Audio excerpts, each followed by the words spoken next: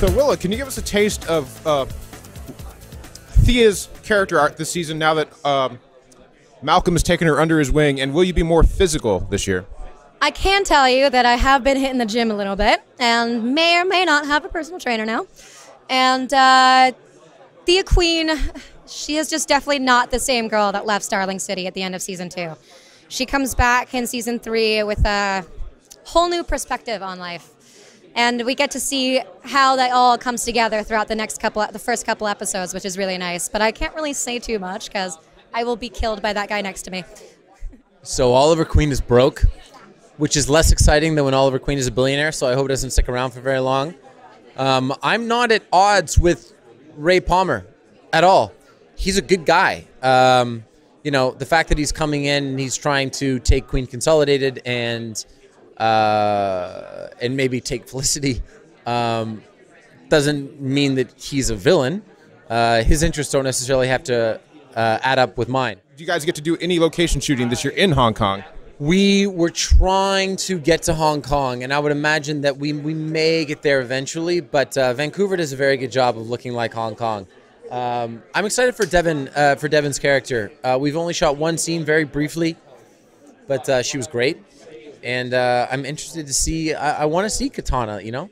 That'll be really cool. Malcolm is back with a vengeance, but he's going to be a little bit different in the sense that he's going to use his power and his manipulation, but to try to work people emotionally rather than, I think, physically. But we will still have a lot of the physical stuff. The relationship with Thea is going to be the most dysfunctional father-daughter relationship you're going to see on television. And you're going to be shocked and surprised at what happens. I hope that Oliver and Malcolm get to spar again. They get to have a run-in. It would be lovely, you know, if there was a big villain that shows up, another one, that Malcolm and Oliver and Thea and Roy have to work together to. That's John Barrowman talking. That's not in the script of the show, but I would love that as a fan. Roy Harper is now Arsenal. They even changed it on the call sheet. And my new outfit is just the coolest thing I've ever seen. I mean, it's crazy. I have all these different weapons just strapped all over me. I mean, I have knives and, you know, batons and, you know, all these different things. And I get to use a lot of them this year, so that's really fun. It's not just a bow and arrow. You haven't really had any scenes with Malcolm Merlin yet, and I'm really curious to see how that's going to go once he comes back. That is going to be, I'm sure there's going to be a lot of those this season. Because, you know, if you notice, every time he's talking to Thea, he's always mentioning Roy. And I think there's going to be a very interesting dynamic between the two, and they're not going to like each other. What is the status of Diggle's relationship with Deadshot now? It seems almost like they almost like each other now. I think, I wouldn't say like, hey. I wouldn't say like, but there's definitely respect. I think he sees Floyd Lawton as a guy, as a man. I think he looks at him eye to eye. And that has his own demons. He found out that he has a child, that he's, you know, Deadshot's a hired gun. He's an assassin. There's no excuse for that in Diggle's mind. But he's also a man who loves his daughter, sends whatever he earns as an employee back to his daughter. We found that out in one of the episodes last year, and it did something to Diggle. Well, it's been a rough few months for Lance. You know, he's been beaten up. He's not as young as he used to be, and yeah, there may be one or two physical limitations. Age, I think, being one of the main reasons. Yeah, it's time for him to realise that he can't really be the player anymore. It's time to be the coach. You know. But that's not really Lance's cup of tea, you know. He likes to get out there on the streets with his people, you know, on the streets of Starling City.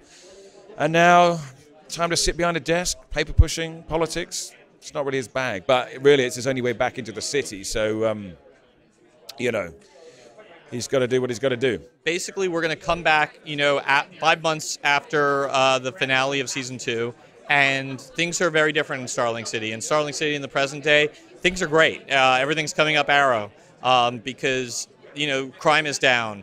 The Arrow's popular. He's coming off this huge victory where he saved the city, you know, from Slade at the end of Season 2. But as all things must go, things don't stay great forever. So we're starting on a high note, but getting to a very dark place very quickly.